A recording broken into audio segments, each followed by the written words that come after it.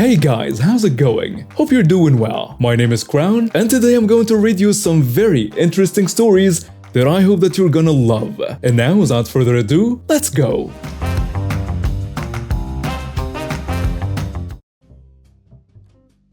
Brief backstory. A couple years ago, I was in an apartment with my friend and younger sister.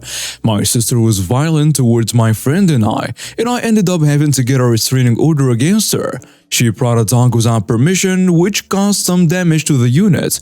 I informed my landlord of the incidents of the violence, and also the damage, and I sent him pictures. He basically told me to deal with it myself, which I did by getting the protective order. After this, my roommate questioned the legality of holding us responsible for her portion of rent. I told her it was, but she asked our landlord for a copy of the lease to show her uncle anyway, which admittedly was pretty stupid. Up until this point, our landlord had not asked us to leave due to my sister's actions, but he did after the lease was brought into it. We were out by the date he specified on the notice to quit. The first step in the eviction process before the eviction actually occurs. My roommate was there until midnight making sure the place was spotless. We moved to an apartment across the street. 2 weeks had passed since he was informed that we had vacated the unit, and we had not gotten anything regarding our security deposit. In our state, the landlord is required by law to either return the remainder of a security deposit within 2 weeks or provide a letter itemizing what the deposit was used for. If they don't, the tenant is owed the entire deposit. If the withholding is well full, the tenant is owed double the original deposit. The landlord had actually told me that he would be going on vacation immediately after we vacated. So I returned our keys to him and waited to see if he would send anything. He never did. After consulting with the tenants' rights group to be sure I was in the right, I sent a pre-formatted letter 16 days after we vacated, which stated the specific laws regarding security deposits, and gave him our current address to send either the deposit or receipt to. The day after I sent this letter, I saw him across the street, frantically running into the apartment for the first time since we moved out. I received a text from him saying that he would return what's left of our deposit if he could get the apartment rented by the first of the next month. I respond by telling him that as the letter I sent explained, he forfeits the right to keep any of the deposit after the 2 weeks is up. He responded saying that he would see us in court, and that we were nightmare tenants, and that this will be fun. He said he would also be taking us to court for the cost to relist and rent the apartment, which he claimed exceeded the amount of our deposit. After about a month or two of hearing nothing back, we decided to say screw it and file a small claim suit against him, as he clearly wasn't going to follow through on his threats. As a person who had almost all communication with him, I was a plaintiff in the case. He brought a letter that was dated for the day he texted me, arbitrarily wrote in what he used the deposit on, and claimed he sent us a letter. That obviously didn't add up, which I thoroughly explained to the judge, as he had texted me that day saying that we would get some of the deposit returned and that he had no proof that he actually sent that letter. He clearly just wrote it and printed it out for the court hearing. During the court hearing, he also said a lot of false and victim-blaming nonsense, such as implying that I participated in the violence that occurred, saying we caused damages that were definitely there when we moved in. Just attacking my character in general.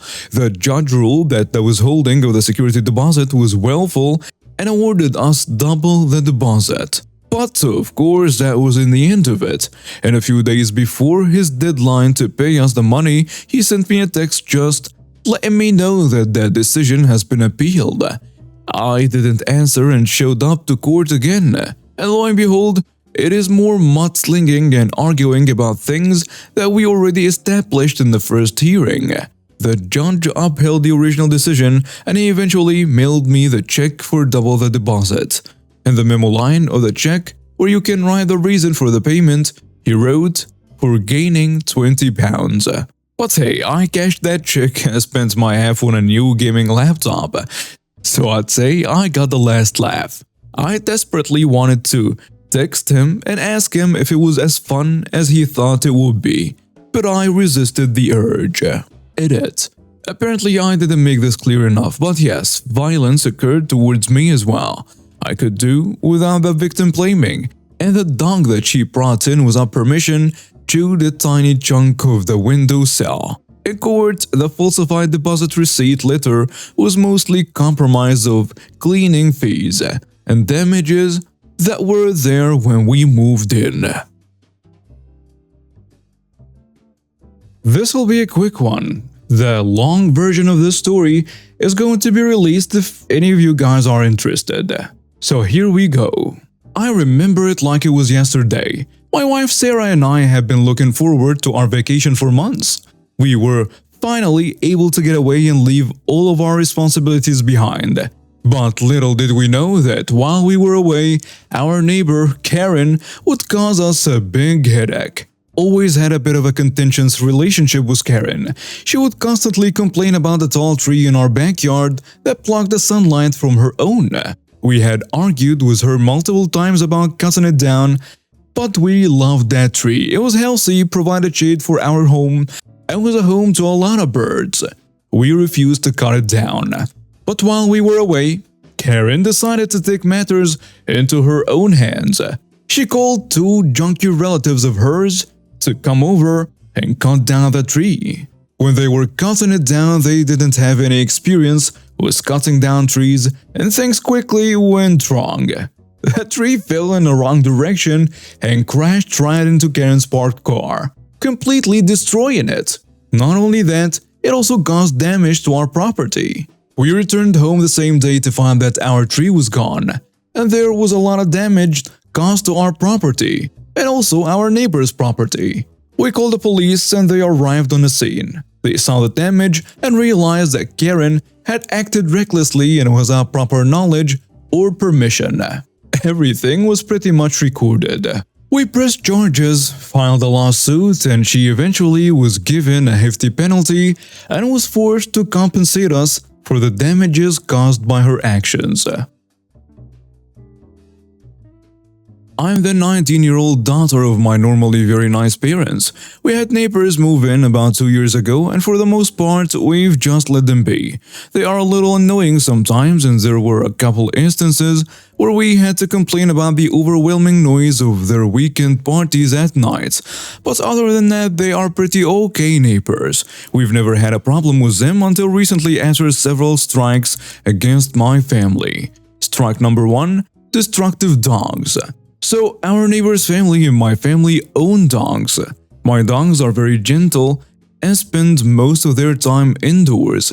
We live in Southern California, and when this incident happened, it was in the middle of summer. So we let our dogs stay inside to keep cool. Their dogs are very aggressive and are raised as outside dogs. Every time I let my dogs out in the backyard for some fresh air, my neighbor's dogs will attempt to break through the wooden fence, dividing our properties via digging, climbing, scratching, and so on. The digging was easy to stop. We just filled in the holes with dirt. But at some point, their dog managed to keep a hole in the wall large enough for their dog to squeeze their face in. So about the size of a dinner plate, we have cameras. So, we got everything on tape. My parents are pretty understanding, so my dad went and talked to my neighbors offering to pay half of the damage since it is our shared property line. The neighbor's wife, who we are going to call Lion Sally for the story, called my dad a liar and accused our dogs of damaging the fence, which we knew wasn't true, and my dad told her we had proof it was her dogs, and she demanded that my family pay for the damages. They fought over it and nothing got solved. So eventually my dad conceded and nailed some plywood over the gaping hole. Problem solved. But this was only the first strike. Strike number 2. Just why? The next incident is honestly really stupid, and I don't even know why Lying Sally bothered lying.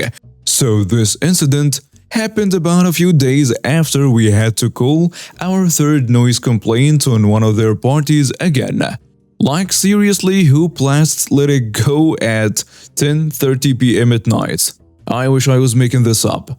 My mom is getting out of her car in our driveway when lying Sally walks right up to her and accuses her of yelling at their own lawn mowing guy to not mow their lawn so loudly at 7:30 a.m. My mom was very confused. She's never talked to the guy who comes over to mow their lawn. We've never cared about any of our neighborhood's business in general. For frick's sake, we have a neighbor across the street who revs his motorcycle at 6 a.m. and another neighbor who does construction stuff in his garage for a hobby. My family has been living here for almost 20 years. We're very chill with our neighbors' loud and noisy hobbies normally. Long story short, my mom confronted the lawnmower guy one morning and asked him if she's ever talked to him before. And he told her no. Lying Sally saw this and ran outside the house to confront my mom. She screams, "Why are you talking to him?" And so my mom replies, "Because you're a lying witch." And so that's the gist of it. I don't know why Lying Sally even bothered lying about that. At this point, we were convinced Lying Sally was a nutcase. Strike number 3, the point where I finally stepped in. For the past months, my neighbors have stooped to a new low by hogging all of the parking space in front of our house whenever they get the opportunity. My family has 3 cars, 2 usually sit in our driveway, and the third is parked curbside in front of our house. My neighbors have 2 cars, both of which they park alongside the curb in front of both of our houses. The curb our houses share is only big enough for 2 cars. They have stopped using their driveway entirely just to park their 2 cars on the curb, which forces us to park our third car further down the street. It is not a big deal, but what they were doing was petty, so my parents became petty too. The moment they would move their cars to go to work, my parents would move our third car back into its spot on our half of the curb. This went on for almost an entire year until at some point, an unspoken truce was made and they stopped their petty scheme. Things returned back to normal until I accidentally messed it up. In my defense, I was driving home with a third car late at night. It's dark and I accidentally back up way too far and parked the car smack dab in the middle of the curb. So my car is literally in the middle between our houses. I am tired from working all day, so I don't think much of it since our neighbor still has a whole entire driveway to themselves. Trust me, their driveway is just like ours. It is made to fit 2 cars. The next morning, I woke up to the sound of my parents arguing downstairs.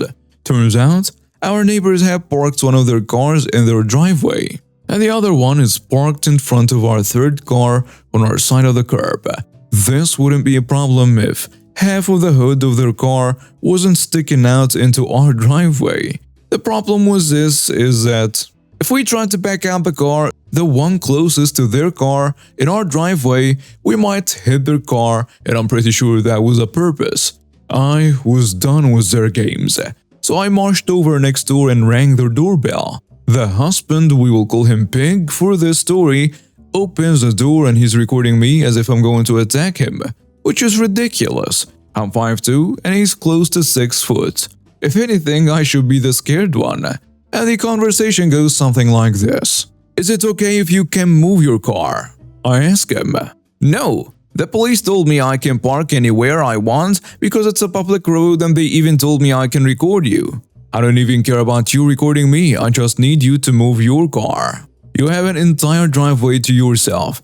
It's just common courtesy to not block your neighbor's car into their driveway. You guys can still get out.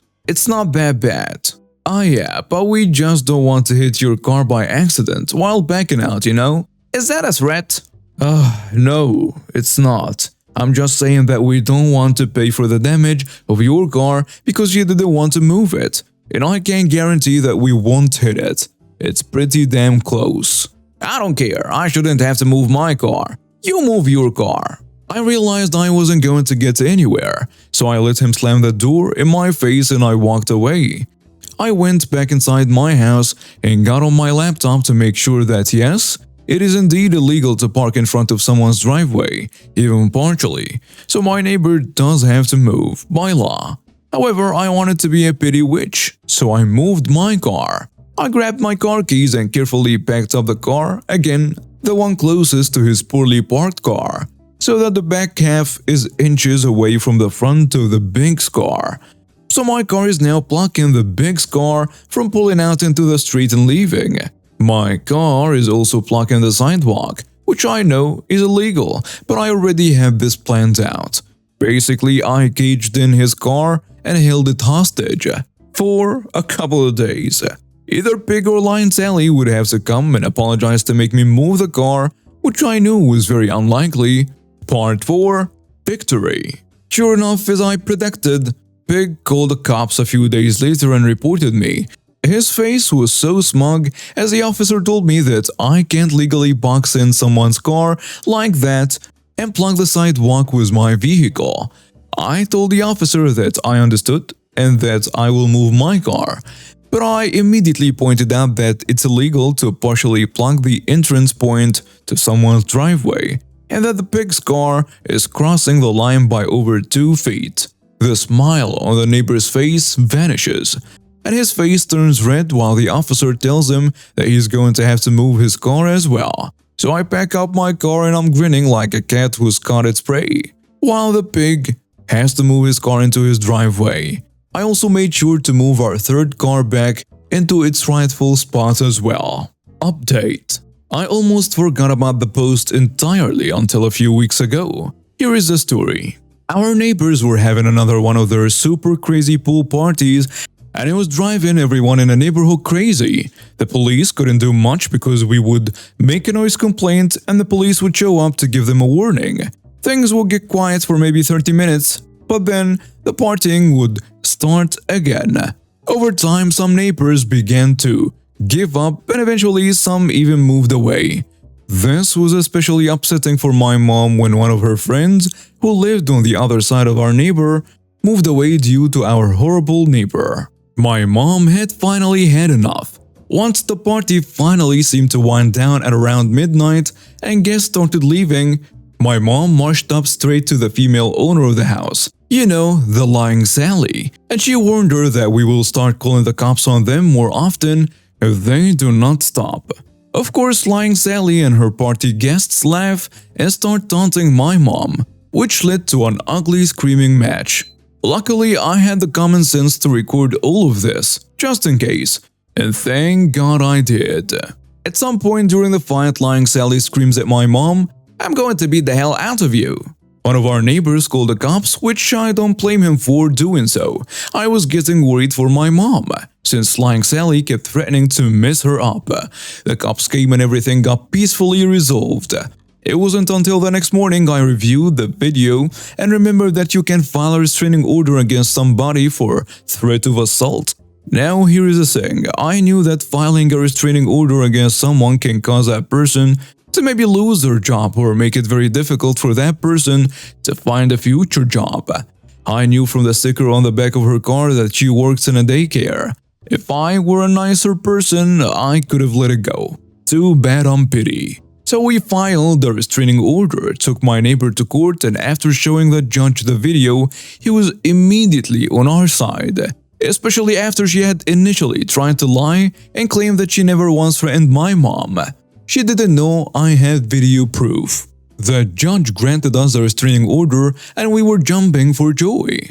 Meanwhile, lying Sally wouldn't stop crying and pleading with the judge to rethink his verdict. The real kicker? I made an anonymous call with a friend's phone to the daycare center where she worked and let her boss know everything. A few days later I noticed that she had removed the sticker on the back of her car. I'm pretty sure she was fired, because she started staying at home almost 24/7. Her car almost never left the driveway. Also, the best part, the crazy loud parties finally stopped. It's been radio silent for a whole month now. You can bet that during Christmas, our closest neighbors dropped off a lot of cookie tins and chocolates as thanks. Edit. Somebody asked how the judge was able to see the video when phones aren't allowed in the courtroom. This is true, and I'll explain.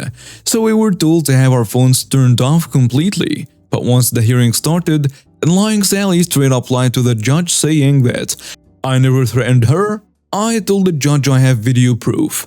The judge allowed me to show the video on this Elmo projector thing, and the whole courtroom got to watch the video. That was a nail in the coffin for lying Sally. Also, in the comments I mentioned I have video proof of her kissing someone who's not her husband. There are several reasons why I haven't exposed her to her husband as a cheater yet. I am not sure if she and her husband are in an open relationship. They are both crazy enough to where it would be a possibility. They have kids. I'm a child whose parents almost went through a divorce. I know how horrible that can be. I am hoping lying Sally takes this as a sign to turn a new leaf, because she also saw that video during the court proceedings, so she knew I have proof of her infidelity, which is probably another reason why their house has stopped the excessive partying. I also kinda hate the husband. He's always been extremely rude, which is explained in the backstory. So anyway, this is my petty revenge against him. I'm holding onto the video as blackmail just in case the partying does start up again. And now we have reached the end of today's stories. Thank you for watching and see you next time.